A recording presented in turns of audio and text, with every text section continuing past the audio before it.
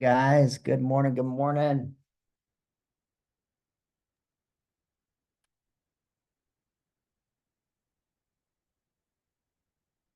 All right. What's up, dudes? Lance, good to see you, man. How are you? Isaac, Happy New Year. Joe, Happy New Year. Braulio, what's up, my brother? Happy New Year. All right, my friends. I got a new camera set up, but it turns off at like 30 minutes. So I'm gonna pop up from my chair in 30 minutes when the camera goes off, just so that you know.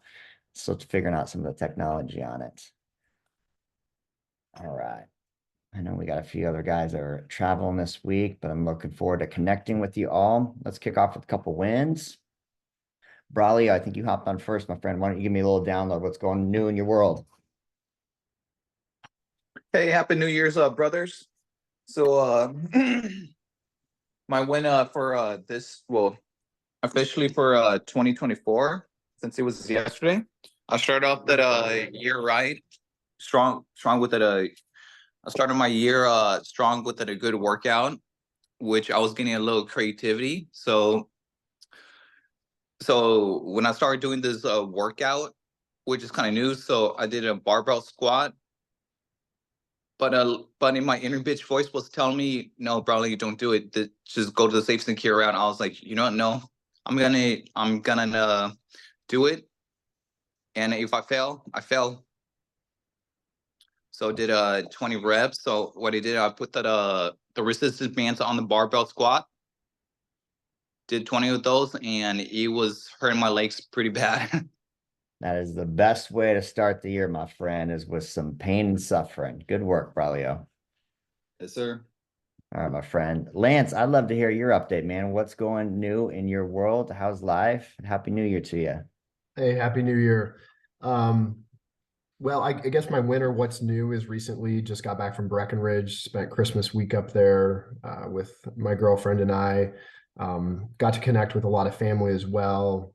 Went to a wedding of my cousin's daughter on the 30th. So it was great. I wrapped up 2023 with two trials, great result in one, partial victory in another one. As defense attorneys, sometimes our victories are measured differently than wins or losses. So Yeah. it was a nice way to end of the year. I ended up getting super sick and lost like 10 pounds. So just trying to get back into working out. Been doing some yoga, some weighted walks with a vest, things like that. So today I think I'm going to go, once this call wraps up and the sun comes up here in Arizona, I'm going to go for a 5, 6, or 7 mile run just to try to get back into it. So January is super busy. I have 4 cases in 4 weeks in 3 different states. So Dang. hopefully my health holds out. I get back into my routine and looking forward to starting off the year right. Yeah, man. Well, grateful to have you. It's good to see you, Lance. Let's see you. Having your presence on the call and sending you love for fast lessons and healings. All right, let's click over. Isaac, give us an update, my friend. How's the new year treating you with that new baby? Great, man. Great.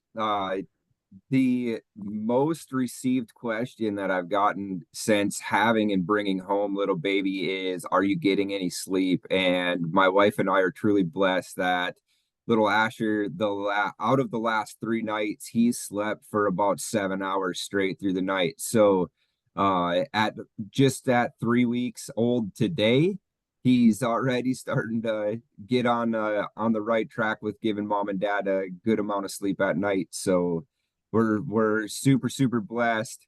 He's very much so loved by our community. We're getting requests daily to either have individuals come to spend some time with him or to bring him around. Those requests definitely mean, on a majority of the side, people coming to him. We're making people come to him as opposed to driving him all over the country to see people. So, Yeah.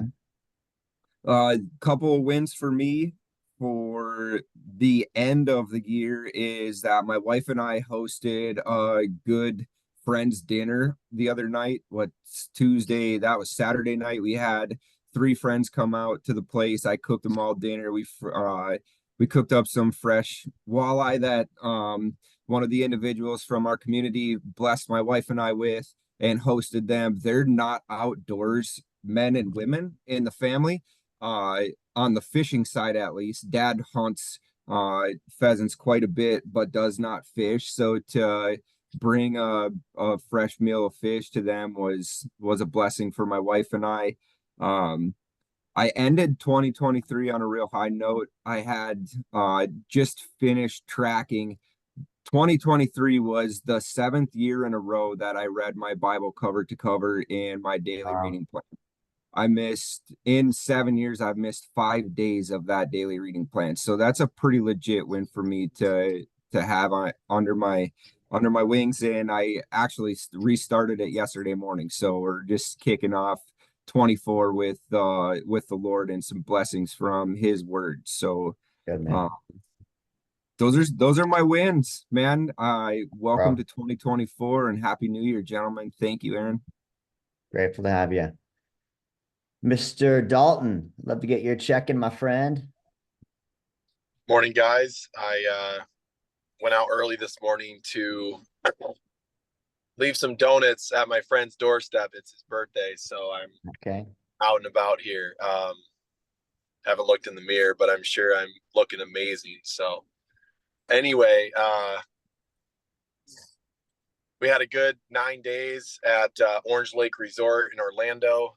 My house here in Cape Coral, Florida, accidentally got booked over Christmas because I didn't have the calendar blocked. So at $500 a night, we decided we would let them stay. So we packed up and left for Orlando on the 23rd, and that was awesome because we got to see my mom. She happened to be in Orlando visiting my sister, so we spent Christmas with my mom. It was very unplanned, but it worked out amazing. Cool. So that was fun, and my boys have all written down their goals, and pretty much all of them, all 4 of them want to do some type of workout this year. Even my 7-year-old wants to, I don't know what he calls it, get in shape. It's like, you're not out of shape, buddy. But what are you guys gonna do? What are you guys gonna do as a family? That's the big question. Probably just push ups, squats, and swim the pool. Okay. You know, because I want to keep it simple, keep it fun, lighthearted with my younger 2. My older 2, I'll definitely work out with them if they want, but they're kind of more on their own. So it's definitely, getting my act together with that stuff because they're wanting to do it too. I just Antonio started a new book called The 6-Figure Barber because he wants to be a barber. Yeah. And Jude wants to own a charter boat, take people fishing for a living. And so we actually started a little side charter business with our Tri-Tune. And Jude's got 3 bookings this month for people that want to go out on the boat and fish and watch the sunset or look for dolphins. And so he turned that into a little business, and he can make $100 here, $200 there. So yeah, a lot of stuff happening, and it's going to be a great year. That's awesome. Love it. Excited to see you in a couple of weeks as well. I'm gonna fly out to Florida and spend a little time with the Dalton family. Good. Yeah, that'll be awesome. Looking forward to it. Mr. Lauren, let's get your update, my friend. Check in. How's the new year treating you? Hey guys, good morning. New Year's treating me good so far. We had a good holidays. I took a little bit of time off, not a lot, but I took 2 days off, and it was quiet. It was really nice. I got to spend some good time with my family, some good quality time with them. We took a trip up to visit my father and spent some nice time with him. I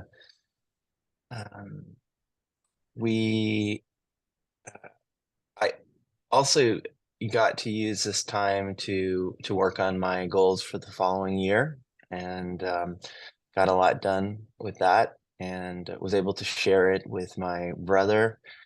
My brother and I are gonna really support each other the coming year. He was really inspired by,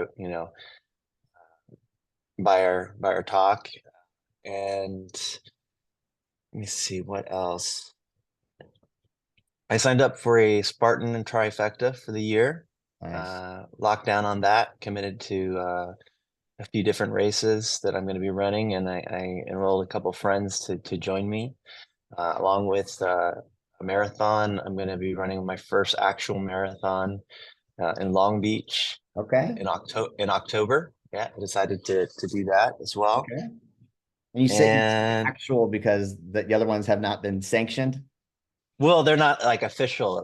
My first one was with you and Carlos, actually, Yeah. right? So that's the only one Last I've ever year. run. Yeah. Yeah, yeah. So I'm gonna run I decided that I want to shoot for a night. What is it? Uh, 9 minute per mile run, Okay. or like I want to do it in 4 hours. Okay. I think that's a good goal to shoot for. And then, yeah, I think those are my main wins for the week. Love it, man. Lance, did you ever run your marathon? I did not. If you remember, I was just doing the marathon Training, training that's right. plan, but I had never actually signed up for them. I just wanted to do the training because I was in Colorado all summer and, Yeah. running at 6,000 feet and beautiful scenery. So, but no, I'm looking to do one next year probably, or at least just a half. I mean, Okay. yeah. Cool. Love it. Art, let's get your update, my friend. Good morning, everyone. Glad to be back here. I'm looking forward to 2024. I started my day actually today. I had bought an alarm clock as opposed to using my phone, and I set it last night before I went to bed. And during the holidays, I didn't really set an alarm. I still wake up at 5 without an alarm, but I wanted to start waking up earlier at 4 this morning. But apparently, when I set my alarm, which is typical Art, I set it an hour behind. So I'm behind a whole hour this morning. So my alarm went off and I get up and I start doing my normal things. And then I go and grab my phone about an hour later and I realized that I'm an hour back. And that was, I don't know, 30 minutes ago when I finally was getting going. So I was like, oh crap, I have a call. So I'm glad to be here. I always look forward to these Tuesday calls. You guys are probably the best thing that I had all last year. Well, one of the best things that I've had. Not the best thing, but one of the best things. And I am looking forward to healing up. I back in November, I injured my rotator cuff and I'm rehabbing that right now. I've got a good plan in place. And so we're making some progress there. It's still a lot of pain, but making some really good progress there. And I was supposed to be going to Yorba Linda, California in a couple of weeks to do a workshop. However, because of my injury, I'm not able to do that. So everyone was super cool about me rescheduling it to April. So Aaron, I haven't told you that yet, but I've rescheduled to April. The good thing that happened, we had done a pre-sale on our workshop, and on the 31st, everyone was signing up. So we have a bunch of stuff that we're selling out, and that was with the original date. We hadn't updated the date yet. So we had to reach out to everyone, letting everyone know that we had to change the date. Everyone is super excited, but it also gives us more times to sell. We have a couple of other spots available, so we have some time to sell those out. So my goal is to sell it out and see where it takes us. Awesome. That gives us a little time to plan it out too, which is awesome. Yeah. Very cool. Awesome. Cooper, good morning, my friend. Happy New Year. Happy New Year. What is your New Year's updates? Yeah, it was pretty amazing. Right at the end of the year, kind of last minute, a friend of mine and his fiance invited my girlfriend and I to go on a snowboarding day trip down in Southern California. So we literally drove down just for a day of being in the snow, beautiful conditions, a lot of people out there, stayed the night, and then zipped back home real quick. The amazing thing is, for me, snowboarding is like being up on the mountains, like that place where you can find that zen, do the thinking. When you're up on the ski lift by yourself, you're just in your thoughts. So it was, I think, the perfect environment for me to be in, right, for the the new year to come up. So a lot of the things that I was thinking about is, what kind of business I want to start shaping for myself this year. Oh. What kind of fitness goals when it comes to, both running, strength training that we want to do. So talking about going and doing a half marathon, I think in February is what I'm putting on the calendar right now, and launching that business by February, March. Just want to get more clear on that. But it was beautiful being up there and just feeling like, 2024 is going to be an amazing year. Yeah, man, it is. It is. And Cooper, you did such a good segue. I don't know if we like planned that for me, but that state of Zen on top of the mountain, that flow state that we've all tapped into. I know Art's tapped into in jujitsu. You've tapped into it if you've done long distance running, or maybe got into a creative flow through writing or doing art. But that state of flow is really where all of the feeling of our future, our past, our present, everything makes sense. It's like that golden thread. God's like, you know what? This is what you need to seek and search for. So thank you for teeing that up. We're going to dive deep into that today.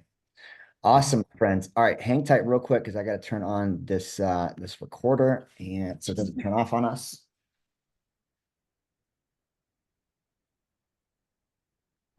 Yeah, cool. All right. Okay, so I have been getting into some flow myself for some new content for this upcoming year, but I also want to take you guys through um, some new training, teaching, coaching, and some pillars for the beginning part of 2024. So hopefully you guys are thinking about what you're going to accomplish this year, this upcoming year being a brand new year. If you're looking forward, you got to take a second to look backwards as well. And so I'd love you all to take just a quick minute, 90 seconds or so, and ask yourself this question. Write down if anything comes to you. What is the one or two things that I did not accomplish last year in 2023?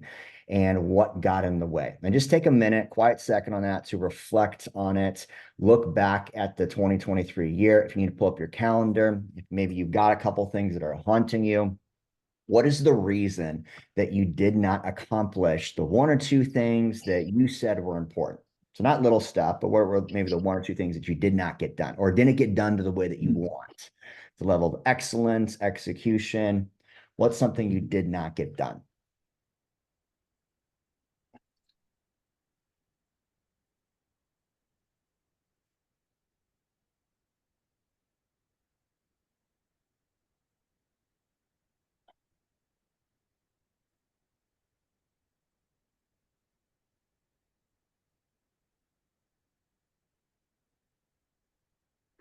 And if there's any brave souls that would mind sharing, I'd love to hear what you did not get done. And this is a judgment-free zone, just a simple after action review. So you're reviewing what worked, what didn't work. It's always good to look at the gaps of what you may have missed out on. Who's got one or two things? I got one. Yeah. We need to go. Go ahead, Cooper. The first one that came to mind was like, part of just getting to a good place, like financial stability, financial freedom. And part of that, the reason why, and, what I think that's tied into is, I didn't hit my sales quota at work this last few months. And to be honest, I wasn't really even that close. I was at like 17%. So, looking back on that, I think that ties into, obviously it's got effects down the line. And that's one of the things on the ski lift that I was like, I want to pour my energy into this, get to that base. What was some of the insights you gathered as to maybe the reason why you didn't reach it or get closer to it? Yeah. So, the things in my control were, just not, I think, connecting with my team the way that I should have. Kind of went lone wolf on it. Like I'm going to, work in silence and just show them. And when the cards are all laid out, I'm going to be the one standing and showing everyone like, this is how it's done. Okay. And that didn't happen. Like I need to be a part of the team that and seeing their success, being entrenched with them and like what they're doing right, what they're doing wrong, and just kind of use that as a blueprint and put in some more work. Okay. I love it. I love it. Cool. Who's got someone else? All right, I'll go. what you got, Braulio?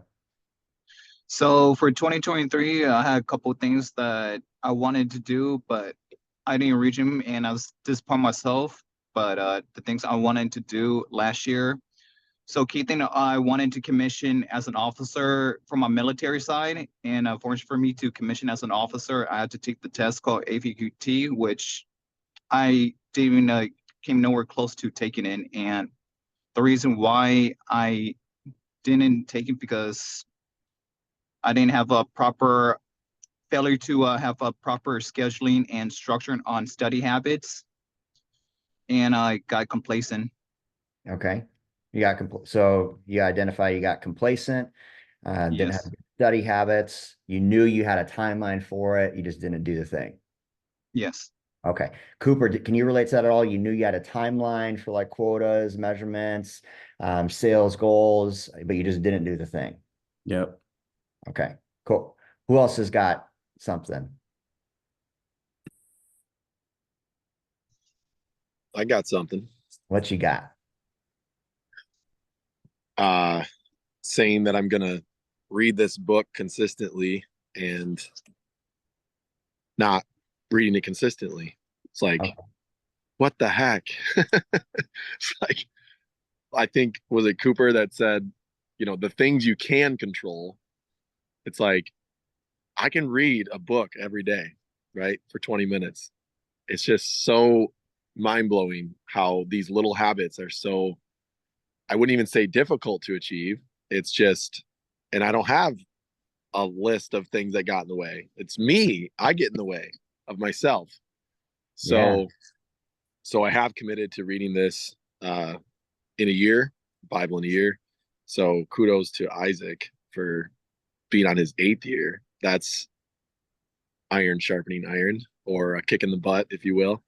And working out, working out every day, or at least sweating for 20 minutes a day, 5-6 days a week. So simple to do, but my struggle has been just being consistent for a long period of time. I read another quote this morning before the call that said, somebody said, I'd rather have you read 1 page a day for 100 days than 100 pages in 1 day. Mm. And I'm totally the 100 pages in 1 day guy. I'm like the cram it at the end, get it done. No one knows any different anyway. What does it matter? Study for the exam the night before instead of 3 weeks before. So that's my personality. In some ways, it's not bad, as Coach Aaron has taught me, but in other ways, it's there's just no excuse for not doing what you say you're going to do. So, Okay. All right. So we've got a little bit of a theme. We knew we had to do some things. We didn't get them done for any number of reasons. Most of those reasons were internal reasons. We just didn't do the thing. Okay, so let's shift gears on the other side. So we just primed the tank with negativity, what you didn't get done. What is something you did get done last year that you're proud of?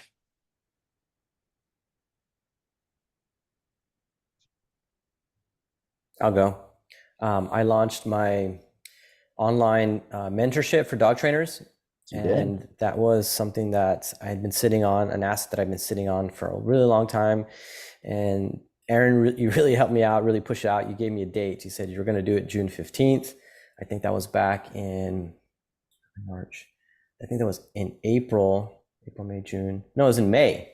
You said in June 15th is when we're going to launch it. I was like, oh crap. All right, this is for real. So one of the things that we got done that Aaron really helped me through was launching it, marketing it, things like that.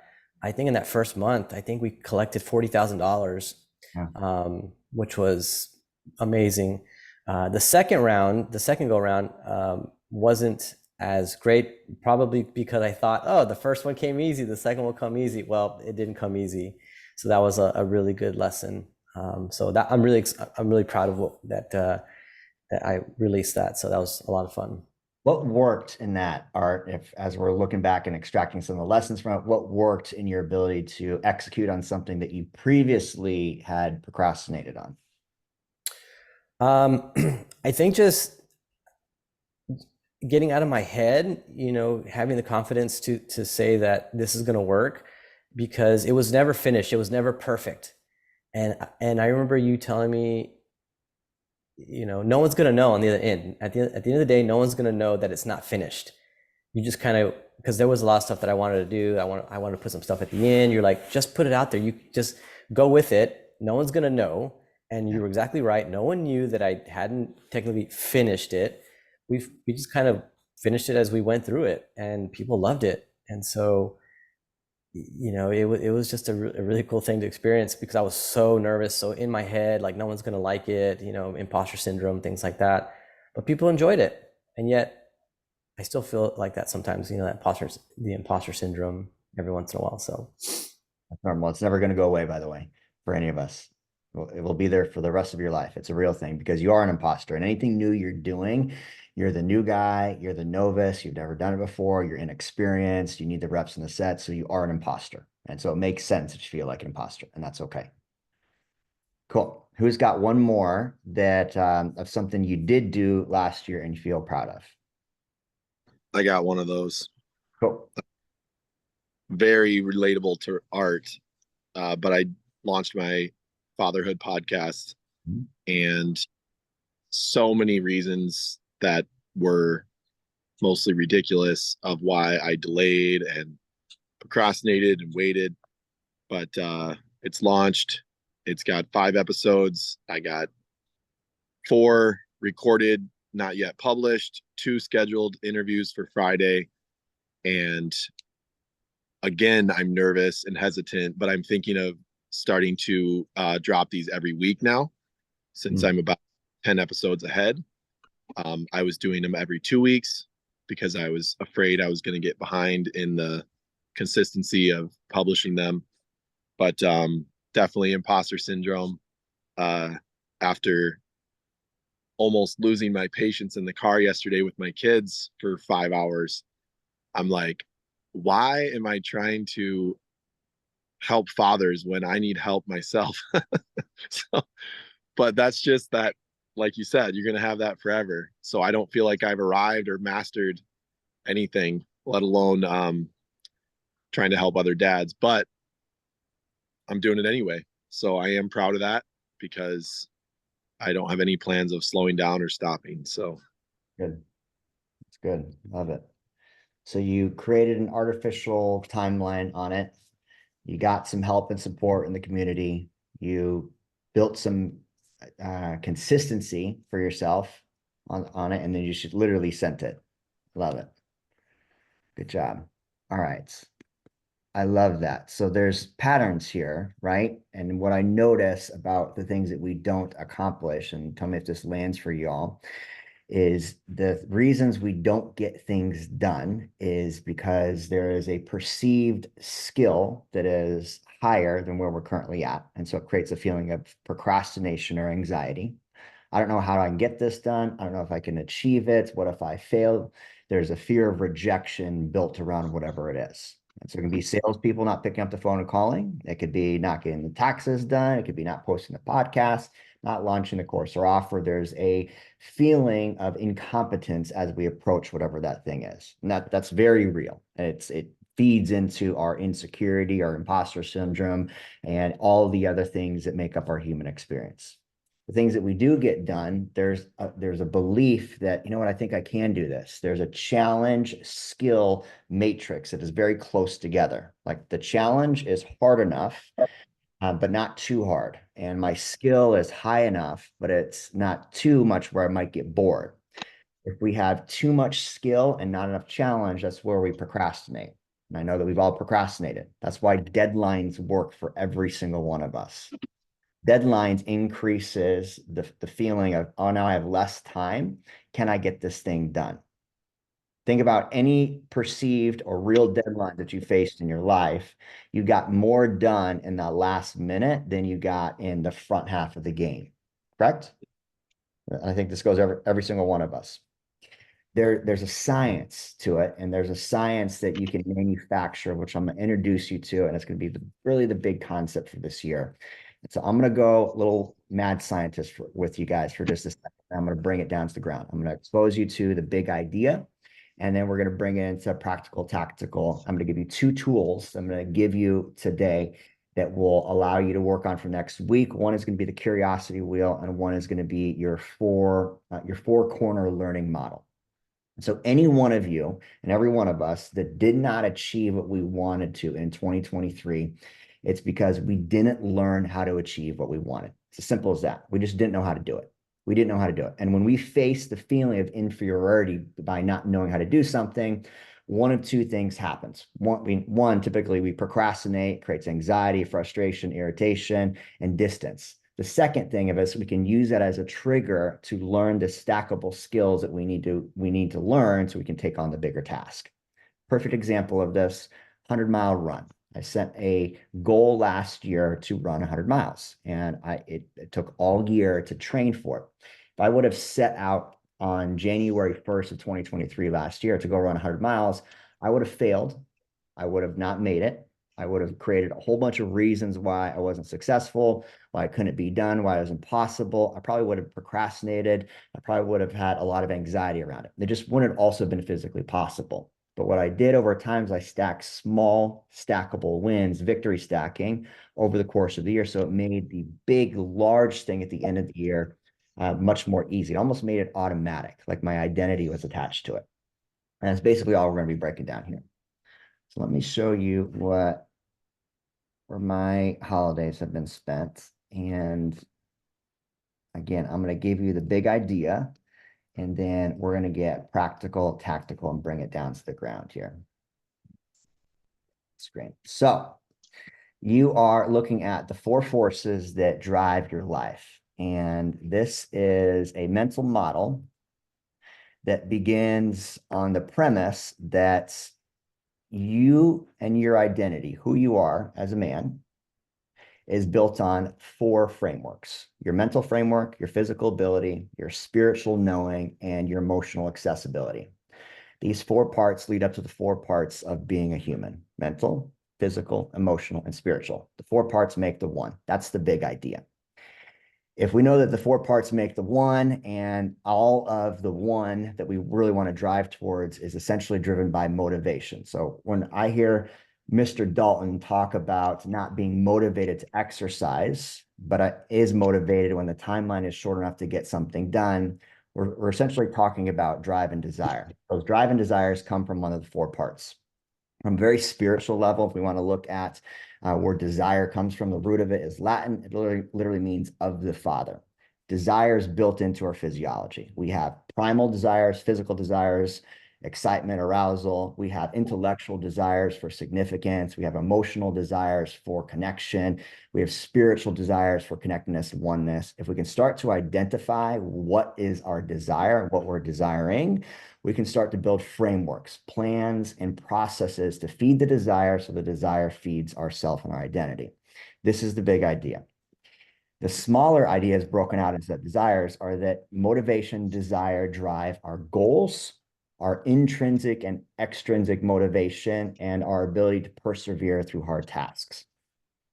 And we're going to break all this down over the coming weeks. I want to overwhelm y'all because I want to give you something very tactical. Drive is broken down into 2 parts, and we've typically have been running in these 2 parts first and foremost through extrinsic. So I know every one of us being dudes, we have been driven by money, sex, and some form of significance or pain. So we're reaching the end of the year and taxes have to be filed. And Joe Dalton knows you got to get the taxes done. So there's a significant amount of pain. Otherwise, the consequence is going to be so hard that he's going to have to get the thing done. Or maybe you're in your early seasons of your 20s and you're chasing significance and you're chasing tail. You're driven by 2 things that are outside of you and they're moving you towards an outcome. Those extrinsic motivators are extremely powerful, but they pale in comparison to the real intrinsic part of who we are. Those are the internal 4 parts. We've all been here. We've been trapped in this extrinsic void over the years. And we know that ultimately at the end of the day, if we don't have that 4 part fulfilled, faith, fitness, family, and finances, we feel a sense of lack. We've been there before. We've had the business, but we don't have the emotional connection. We've had maybe a relationship, but our finances aren't that great. We've had even a spiritual connectedness, but we lack the community. All of those parts need to be brought together for the one. Drive on the intrinsic side also creates a chemical cocktail. This is what Cooper was talking about on top of the mountain. And this is the fun part when we think about using our biology to work for us. So we're not fighting this internal battle with ourselves. I don't know a single man in the world that isn't in an internal fight with himself. But if you think about it, why are we fighting ourselves? And yes, we've got fleshly desires, we've got things we want to do, but why are we in a constant battle? I think the reason that we're in a constant battle is because one of our four parts is out of alignment.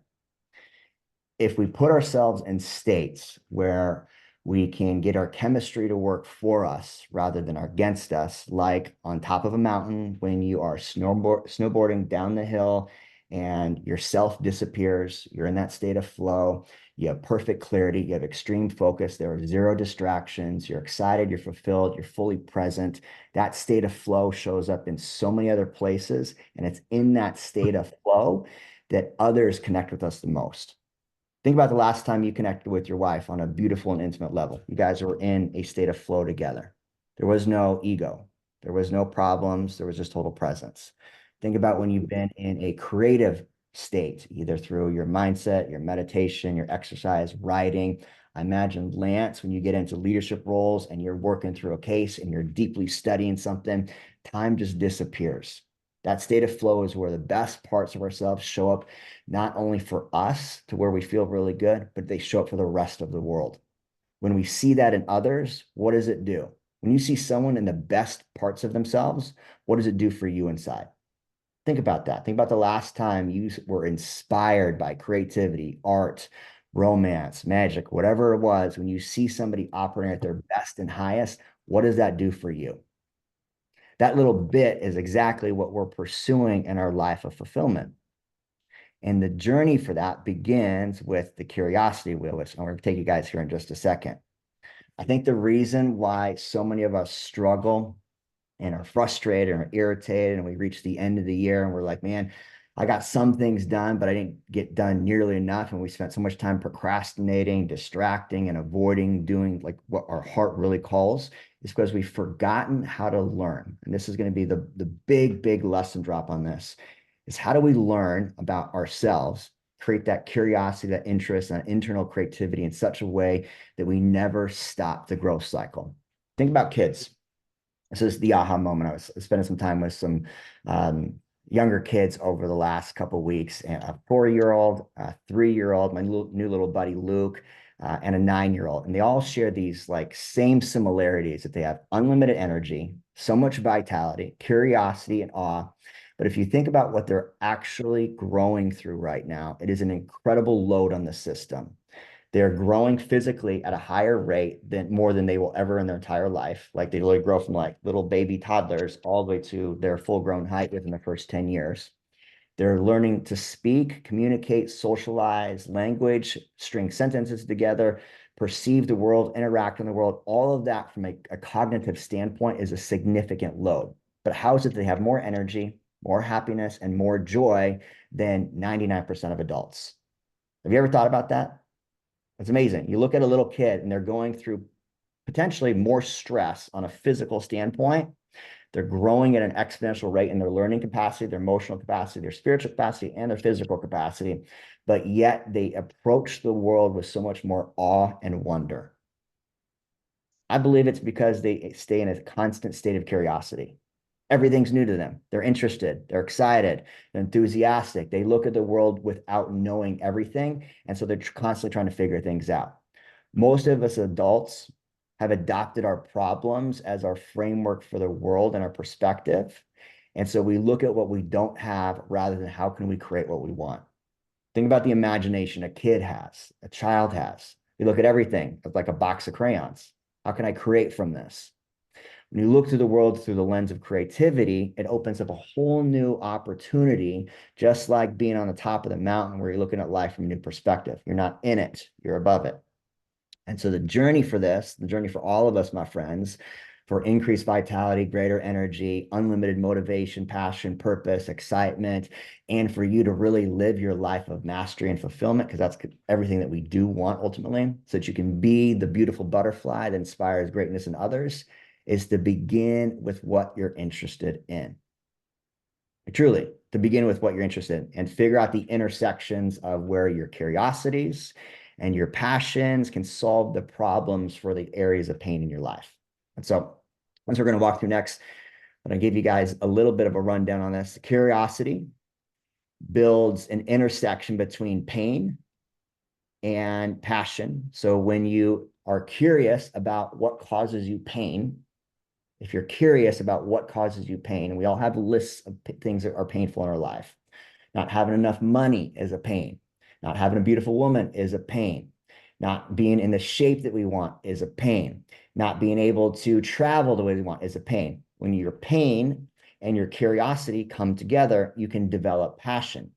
Passion allows you to obsess. When you obsess, you find the answers. Think about your pursuit of your beautiful woman. There was a pain that existed because you weren't in a relationship. There was a curiosity at the beginning of the courtship, and that curiosity drove you to figure out everything you could about that person, which developed a passion. That passion then grew into your purpose and built into a very beautiful relationship. That same formula exists in every other domain of life. So pain and passion bleed to your passion. I'm sorry, pain and curiosity bleed over to your passion. Your passion develops meaning, because passion by itself can be very selfish. Meaning develops your mastery and your purpose, which ultimately helps build this best you. And I know that this can be a little bit abstract here, but I'm excited to dive a little more into the mechanics of this. This whole framework is built on one concept, and this one concept is this. Everything in life has 4 parts. Everything worthwhile in life has 4 parts. There are 4 seasons, there are 4 winds, there are 4 elements, there are 4 primary colors, there are 4 aspects of space, there are 4 seasons of maturity. But most importantly, for you and I as men, because we can often lose track of this, there are four seasons of learning. There are 4 aspects of learning. First step of learning is unconscious incompetence. We don't know what we don't know. We just don't. And so the reason you didn't achieve your 2023 goals is because you didn't know how to get them. That's the truth. Most men will, and we know this because we don't ask for directions, but they won't admit that they don't know how to do something because it makes them look weak. It makes them feel vulnerable. The lone wolf mentality is, I'm going to figure this out on my own rather than asking for help, really comes from a state of like small ego or big ego that says, I don't know how to do something. If you don't know how to do something, you can't be helped inside of the tribe. And so your first step for any learning, anything, is to recognize that you don't know what you don't know. That's step 1. If you can gain acceptance, that's step number 1, and look at that kind of like the winter season to 4-season development of maturity, and just know that's part of the process, then curiosity can actually be created. If you think you know everything, and if you think you know literally everything about the reason why things are, people are the way they are, emotions are the way they are, and you don't develop curiosity for it, then you never get to learn. You don't get to develop those gifts that the children have: vitality, curiosity, excitement, energy, and what seems like an endless amount of learning and growth. Second step is conscious incompetence. At least I'm smart enough that I don't know. So a couple of the men that shared their win, Art and Art, were you coming to mind? And I know because I coached you. And Lauren, I know that a lot of that worked for you too as well in our coaching experience. But you got a mentor. And so you recognize that there's a lot of stuff I don't know. And so now I'm conscious incompetent. I don't have the formula and the blueprint. And so I'm going to mimic, I'm going to model, I'm going to seek a mentor for this area of my life. And guess what? It creates exponential growth. And so you get to the point of conscious competence. You're aware that you know something. Now that you know something, and like stage 1 of learning, you can take that same learning principle and apply it to literally every other area of life. You just need to, start to identify the areas that you don't know enough. And then it becomes very unconscious competence where it's just automatic. This is that state where things are just easy. Life is easy. You're living in a state of equanimity and everything is just flowing for you. And so this is the framework that the entire big just diagram, and I call this kind of mental diarrhea is here, but I promise it will make more sense over time as we break it down. But this whole framework is based on the one idea that there are 4 aspects to everything. And if you understand the 4 parts, you don't have to know everything. You just have to start seeing the patterns. And the patterns will predict such a powerful life if you can start seeing the patterns in everything. So this is at high level, and I'm going to scan back out and give you guys the 2 tools, which are going to be one, the curiosity wheel, and then the framework, which is the 4 F's for categorizing your learning model. So you guys have probably heard me talk about this before: faith, fitness, family, finances. These are the 4 aspects of a life of fulfillment. I believe wholeheartedly this little peak at the top, this thing that we want, is built on these 4 things. These 4 things have their own subcategories in infinitum, in perpetuity. And you can decide what the categories are, and it's all based on your own interests and curiosities. But fulfillment, this peak state, falls under 4 categories. It's supported by 4 categories: faith, our spirit; fitness, your body; finances, your mind; and emotions, which is represented by your family. These 4 parts of your being represent you. And we can't have success, fulfillment, self-actualization if we don't hit these 4 parts. And so I'm going to help you guys from the category standpoint start here. Then we're going to build out. Movie recording has been automatically stopped. Cool. Pause.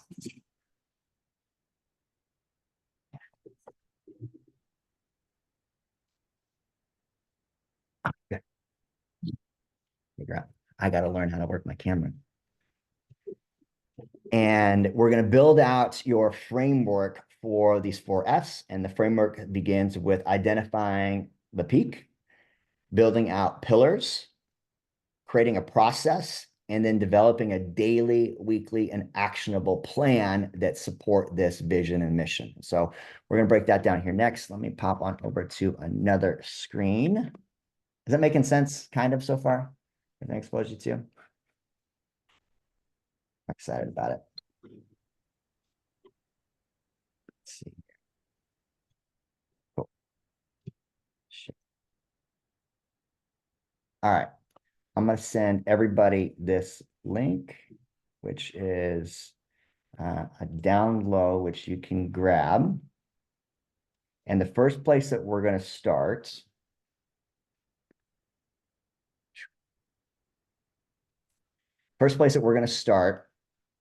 is the curiosity wheel. So desire, interest, our curiosities is step 1. You got to know what excites you. And if you can figure out the intersection of what you're passionate about, curious about, and what has caused you pain in your life, and then you become just obsessed with solving your own problems, whatever that looks like to you, solving your own problems, you will be like on your path to be able to solve the problems of other people. If you can't fix yourself, you can't fix anybody else. And that's the truth. If you're a father, if you're a parent, if you are an employee, if you are a husband, if you are a member of society, you can't fix yourself unless you can't fix somebody else unless you fix yourself. The metaphor that they say on the plane, it's not a metaphor, it's actual instruction. When you get on a plane, if the cabin should lose pressure, put your oxygen mask on first. That is foundational to personal development. Like, you got to be able to know what moves you. Most of us spend so much time. It's not up yet. There we go. Most of us spend so much time hyper-focused on the problems of others without taking time to focus on our own stuff. And so the first area you need to develop curiosity and interest in, because you won't stay motivated on anything else unless you can attach it selfishly. We are selfish beings. We are. Joe sent me a message, and I loved it so much about it. He says, man, I just feel like I'm so selfish sometimes. And I was like, well, you are, and you have to be. You truly have to be selfish. We all do, to a certain point. Selfishness, you can't have selflessness without selfishness. Think about a butterfly, for example. The butterfly, I think is one of the most beautiful, selfless creatures. It inspires beauty, creativity. Whenever it flutters around, it's in a state of flow. You see it and you can't help but see God in it. Before the butterfly could become the butterfly, it had to be a fat, squishy little caterpillar crawling in the dirt, eating, focusing on itself, and crawling into a dark little cocoon. It literally had to go through a transformation process. Your transformation process goes into a process of introspection. You got to learn about you, know thyself, discover your interests, your curiosities, your passions, know enough about why your four parts might be out of alignment. Why is your physiology triggered when a woman challenges you with her emotions? Why is your emotions a mess when someone doesn't respect you or call you back? Why is your intellect stunted when someone challenges a belief system? Why is your spirit seem to be raw? These are questions you have to discover about yourself, and it's the process and the part of the learning. The way that you get there is figuring out what you're curious about. So I gave you guys some ideas, but this is my curiosity wheel. Your exercise between now and next week is to fill this out for you. Find the intersections of anything you're interested in and curious about across 4 general domains: faith, fitness, family, finances. Let my ideas prompt your own discovery.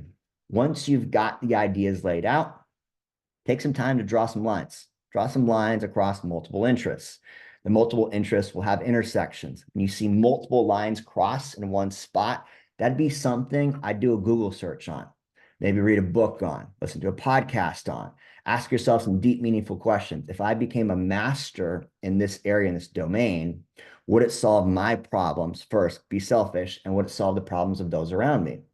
Could I see myself studying this, listening to podcasts, being interested in it? And if you can answer yes, yes, yes, yes, that's a domain I would consider pursuing. Once you've got your list of curiosities down, then you're going to map out your plan, pillars, and process.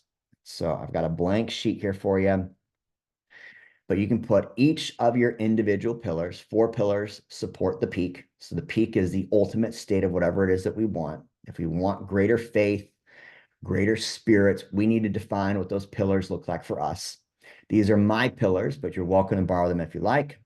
Each pillar has an individual process. The process has an individual plan. And then, of course, like any plan, I've got time allocated to it.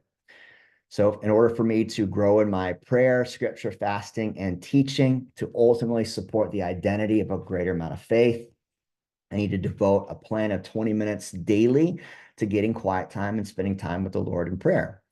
10 pages of scripture per day. That helps feed my soul. So I'm not just coming from a relationship standpoint, but also coming from an understanding standpoint.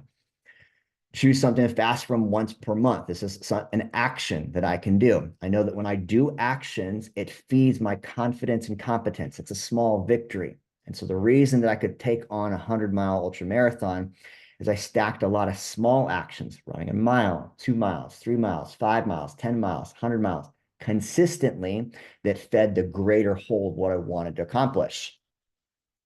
Then a general teaching. This is going to be one of the areas I can help test my ability inside of this area of faith. Giving myself an accurate amount of time that I'm going to devote to this daily, weekly, and monthly. Now I have something I can fit into the schedule. If you don't have some type of metric for your training and your learning, it becomes just an idea. Now, I'm not going to break down all of this for you guys because you have access to it. But what I do want to spend just a minute on, because this is when I did the math on this, this was a little disturbing for me, is this. And so I created a time frame for daily, weekly, monthly across these 4 domains. These are going to be my primary focuses for this upcoming year. However, what I found to be interesting is how much time we actually have. And so the blessing in my season of life is that my passions and my curiosity can overlap with my purpose. And so as I learn about myself, I get to share it with my team, my clients, and that gets to be another way I get to test and roll out the feedback. And I also get to spend a lot more time in self-discovery because it feeds my passion and my business. But what I found is that there are so many more hours than we give ourselves credit for. You guys have probably heard the framework that 10,000 hours is the minimum hours you need for mastery. If you gave yourself 10,000 hours to work on something on a part-time basis, it would take you about 18 years, which is the amount of time that most trades are given to young men and how long they spend in a mentorship. 18 years minimum is probably how long I guarantee you Lance has spent in the development of his craft and becoming an excellent defense attorney. 18 years in any profession is really going to be the minimum to hit those 10,000 hours. But the big question to ask yourself, are you pursuing your passion and your purpose with the big chunk of your life? And if you're not, now at the beginning of 2024 is a great opportunity to make some pivots. So what I broke down was a ideal formula for accomplishing your 10,000 hours in a shorter amount of time. So we've got obviously daily budgets on what you've got in a day, 16 hours in a day, 96 hours in a week. That gives you 1 day off, 384 hours in a month. This is the approximate amount of time that you could invest towards waking hours and work. We've got our work balance. If you spend 40 hours at work, that's 8.5 hours a day. If you're not an entrepreneur, and if you're not investing 28 hours per week, which is insane to me on the amount of Netflix the average American spends, you've got time left over every single day, week, and month to work towards your passion. In an ideal framework, I would love to spend 8 hours per day working towards being the best me. I include that best me, time with my family, time with my community, time rolling jujitsu, fitness, exercise, studying things I'm interested in, developing skill sets, behaviors, learning so that I can teach and so that I can grow. All of that over time becomes the new learning model so I can step into new domains of life. If you don't have something you want, and again, I'm going to keep landing on this quote, it's going to be one of my themes for the year. If you don't have what you want, it's because you haven't learned how to get it. If you haven't learned how to get it, you haven't developed the time, the plan, or the process to learn. Learning is not complicated. Kids do it far easier than we do. They simply just do it because it becomes who they are. All right, so let me back out of this for just a second and give you guys your framework. So this is the last page of the diagram. This is your foundation, your pillars and your process for a state of fulfillment for the upcoming year. I'd love if you all spent some time on us over the next week or 2 weeks and help test this theory and this concept, but also do it for you, create some clarity for yourself. What does peak state look like for you? You don't have to use these categories, faith, fitness, family, finances, you decide. But what are the parts that make up that peak state? What are individual elements, the pillars? What is the individual process that you would need to do? And what's your commitment and plan to make it possible? Again, if you look back last year, the 1 or 2 things that didn't happen, what would you have need to learn for that to be possible? What new skill, what new behavior, what new habit, what new community? And how could you break it down in such a way that you can create tactical, practical accountability and actions around it? Cool. I think that's all the pages. There you go. So that is my brain dump on y'all. 2 pieces of homework for this upcoming week. One, and it might take you a whole week. I'd say don't rush the curiosity.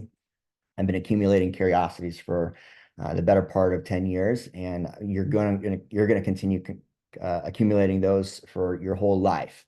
But there's core curiosities that we all have. Me, it's always been personal development. Personal development because I figured if I can solve my problems, I can get out of pain. That was my number one. So I want to be able to become better so I can get out of the pain that I'm in. We're deeply motivated by pain. Pain is one of the, it's probably the most important extrinsic motivator other than sex. The other motivators has been sex. It's like, what do I need to do to get to the state where I can have more sex? And all of that goes into personal development. If you can link those 2 together and solve that problem, and they're linked around psychology, emotional intelligence, and partly physicality, you'll be able to hold frame and manage your anxiety. That becomes a really powerful tool to stimulate curiosity. If you can get curiosity going, like, okay, what would I need to learn or who would I need to become to get over my pain, have a stronger frame, get over my anxiety, look better, feel better, be more confident, articulate, communicate, be the type of person that not only has more sex, attracts more natural sexual, okay, this is interesting. Now I'm asking the questions of myself and it gives me a general direction. Is this making sense, y'all? So whatever your intrinsic, your extrinsic, your curiosities are, start there. Build out your curiosity wheel, find the intersections of self-discovery, do some Google research, see if there's books, podcasts, interests, and then break it down into specific pillars. And we'll spend some time on this over the coming weeks. Let the pillars define a process and then a plan for individual learning. Think about this. If you approach every domain 30 to 45 minutes per day with intentionality, I'm going to learn cognitive behavioral therapy. I'm going to learn psychology. I'm going to learn emotional intelligence. I'm going to learn marketing. I'm going to learn sales. I'm going to learn one specific domain. And I'm going to invest 45 to an hour a day on it. So that will feed the identity of who I want to be at the end of the year. It makes all of your learning automatic. If you just set a goal without attaching it to something far greater, like the identity of who you are, a sense of fulfillment, breaking it down into your physical, your emotional, your spiritual, and your intellectual parts. If you don't break it down into all of that, it ends up being a goal that we don't hit. It ends up being a goal that we don't hit. And it also ends up being a goal that deteriorates our confidence over time. Make sense? Cool. All right, let me open up to any questions you guys might have.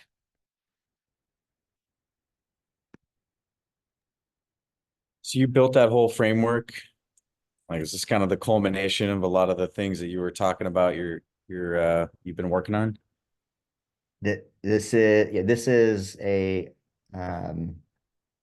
relative consolidation of theories and concepts that have supported my personal development and growth. Yeah, it's pretty awesome that you did that. And it's a lot simpler, but I almost need to go, which is part of the practice and sharing it with y'all, is I know that it's going to get much more simplified as y'all walk through it with me, provide some feedback, but really test it. But really the foundation of all of this is an understanding that we are driven by desire. We are. And we can fight that all day long, but we have desire intellectually, spiritually, physically, and emotionally. And if we know that desire drives motivation and motivation is the fuel to getting anything done, great. Let's go back to the beginning. What do I really want? What do I really want? I think about how many times I ask clients that in the last year. And I do that because it's part of my practice. All right, your vision. Well, man, I don't know what I want. Cool. Well, we're not going to get it then. What happens for the block? For so many guys, it's like, man, what is the block for defining what you want? I don't know if I want this. I don't know if I want that. It's typically because one of your four parts is in misalignment. It's typically because like you emotionally want something, but spiritually, it's not what you want. Physically, you want something, but intellectually, it's not clear. The goal is to start understanding yourself enough that you can identify those four parts like as individual pockets and get them to work in alignment together. If you got two team members of a corporation and they want different things, it's going to pull the vision apart. Same way if you got two parts of yourself. And so the goal here of this process of self-discovery and this whole framework is really just built on simple concepts. If you know who you are, then it makes everything else easy and automatic. I don't know if I answered your question. And so does that curiosity wheel also include like things that, like you mentioned pain, like things that we're trying to avoid, or this is all just looking at like sort of the motivating side, like the good things that we're working to? No, it's got anything you're curious on. I've got on mine, I've got addiction, depression, I've got ego, shadow work, archetypes, all kinds of anything you're interested in. And because you can, here's the thing about, especially the world we live in right now, you don't have to be married to a trade or profession, especially in like the digital world that we're living in. And you can search anything online. And so if you think you're curious about something, you're interested about it, like spend time doing a quick Google search, few minutes on it, figure out the big thought leaders in the space, get a book on it, read it, absorb yourself in the content for a little while, and then let it sit with you. Okay, is this something I could actually see myself spending a year, 2, 3, 4, 5 years on? And if it's not, then move on to something else. I would rather have a list of 1,000 things that I'm not interested in, that I have zero interested in by finding out about 1,000 things I'm not interested in, than an open-ended list of things I might be interested in, Lynn, right? And so one is going to give you clarity. If you know, okay, you know what? I spent a lot of time, I think about previous interests, honestly, running. I spent all last year on this identity of being a long distance runner. And I'm so grateful that I can own the title of being a 100-mile ultra marathon finisher. I love it. I own that. It feeds my ego. But when I think about it and I think about what I gave up in the cost, I'm really not interested in being an endurance runner anymore. I have zero interest. But I explored that curiosity with effort, attention, motivation, a little bit of obsession. I spent time around the people. I spent time in the conversations. And honestly, I'm just not, that's not who I am. I didn't like what it did to my body. I really didn't like what it did to my body. It took so much freaking time, but I wouldn't have known that unless I'd explored it. That make sense? Yeah. Like when you go to a restaurant, Cooper, do you know the things you like on the menu and things you don't like on the menu? Yeah. Is it because you've tried things on menus that you don't like? Yeah. Yeah. There you go. Like that. I could share a quick story Yeah. about what I did recently. My over Christmas I had a kinked muscle and I had this ridiculous amount of pain for like 3 days. I couldn't move my neck, and it got straightened out and healed, and it was a miracle. But so my wife and I went to the grocery store, and she ran inside, and I was like, I'm gonna go into and help, and she's like, no, you stay in the car, because I was like an old man, just like crooked and messed up. So I just sat in the car. And so I had a good like 30 minutes to just burn. And instead of just scrolling and looking at Instagram stories and just literally wasting time, Mhm. I was thinking about what I was thinking about, which was my oldest son, who's 15. He's adopted, and we adopted him about 3 years ago, right after he turned 13. So I just typed into YouTube teen adoption, because it's different than adopting a newborn baby. Yeah. And so I got hooked on this 30-45 minute little mini documentary about this teenager that got adopted. And it was so cool. It was such a cool story. Not that it matters, but it was like a white couple that adopted a black kid. And it was just an awesome story. And so that fed my heart, right? That inspired me. And it was obviously a very different story than what we have, but at the same time it wasn't. So in other words, I was curious because I'm not the only person that's done it, right? And so sometimes you feel like you feel like you're alone, you feel like you're defeated and just no one understands, and some of that's true, but you can't let it fester. So anyway, that was an example of something, and it surprises me. Like, I talk to dads about fatherhood, and I'm like, when's the last time you went on Google and just typed in like how to be a great dad? Like, why are we not doing that? Why are we not typing in how to be a great husband, or top tips to continue winning your wife over, or whatever? We just keep winging it, and it's like, Bingo. why would we not search? You know what I'm saying?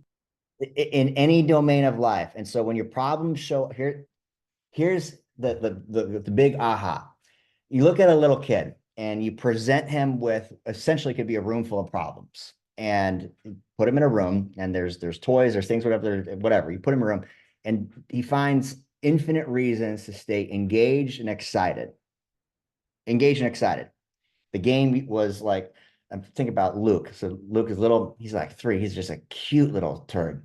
And he had this box of trains over in one corner, but he didn't want to play with them over there. So he got them all out of the box, put them on the couch, and then the trains were everywhere else. So he just created new opportunity. He created a whole new game. It was outside. It was literally like he's playing outside the box and he's enjoying it. It's awesome. How amazing is that?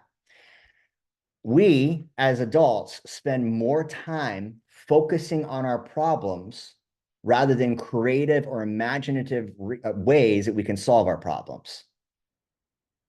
And if we do just like what Joe says, just simply Google, how do I become a better? It gives us hope.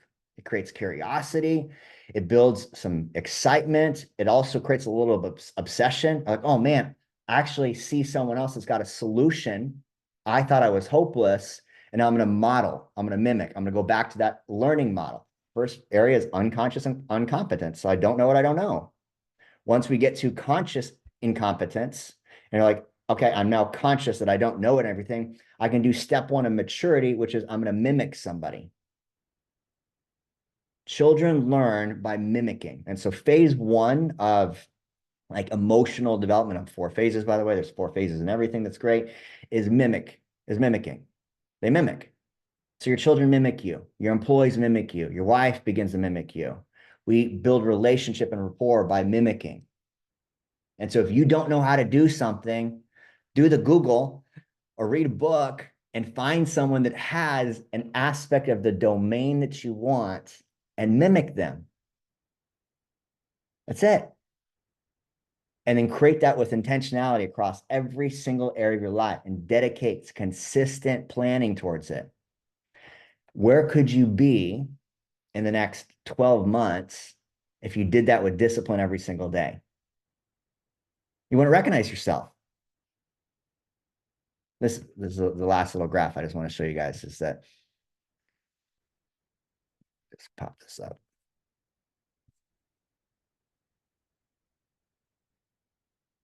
So this is where, yeah, pretty exciting for me.